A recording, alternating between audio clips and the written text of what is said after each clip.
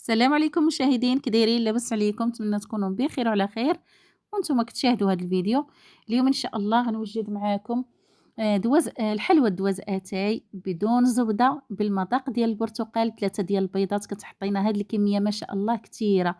نتمنى اخواتي تفرجوا في الفيديو وما تنسونيش بلايكاتكم، الله يجازيكم بالخير.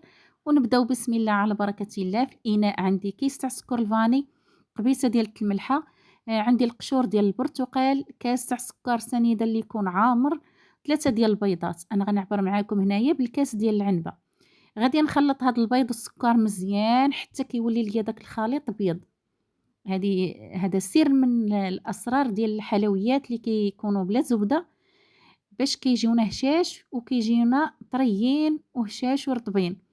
صافي كيولي لنا على هاد القوام. كندير هنايا واحد الكاس تاع الزيت حتى هو اللي يكون عامر، وكاس تاع العصير ديال البرتقال طبيعي.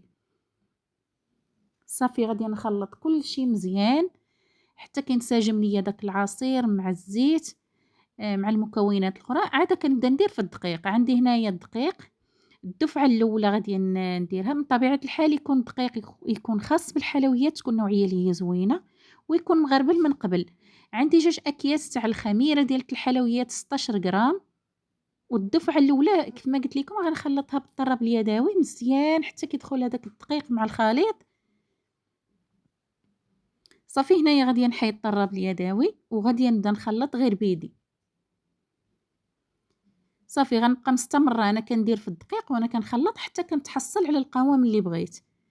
بالنسبه لهاد الحلوه هادي غير جربوها، راها كتجي زوينه وكتعطينا كيف ما قلت لكم ما شاء الله كميه اللي هي كثيره وبدون زبده وكتجي هشيشه وزوينه.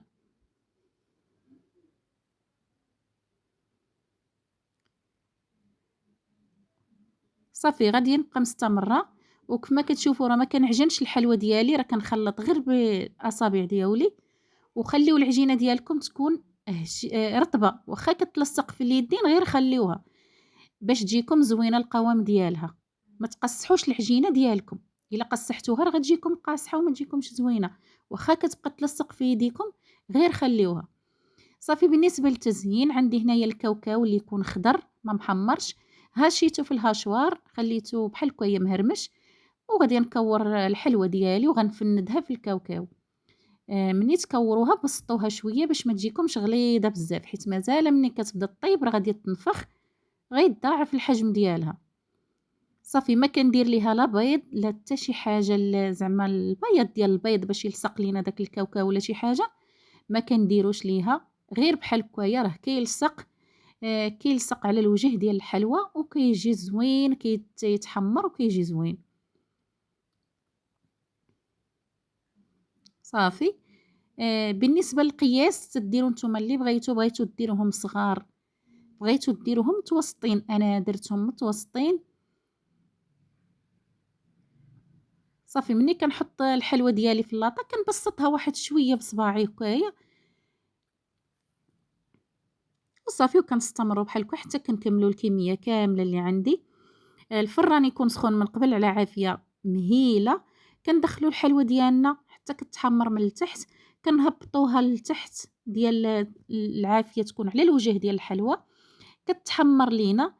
وداك الكاوكاو كيتحمر وكيجي زوين بزاف، كتجي بنينه هاد الحلوى. غير جربوها غادي تعجبكم.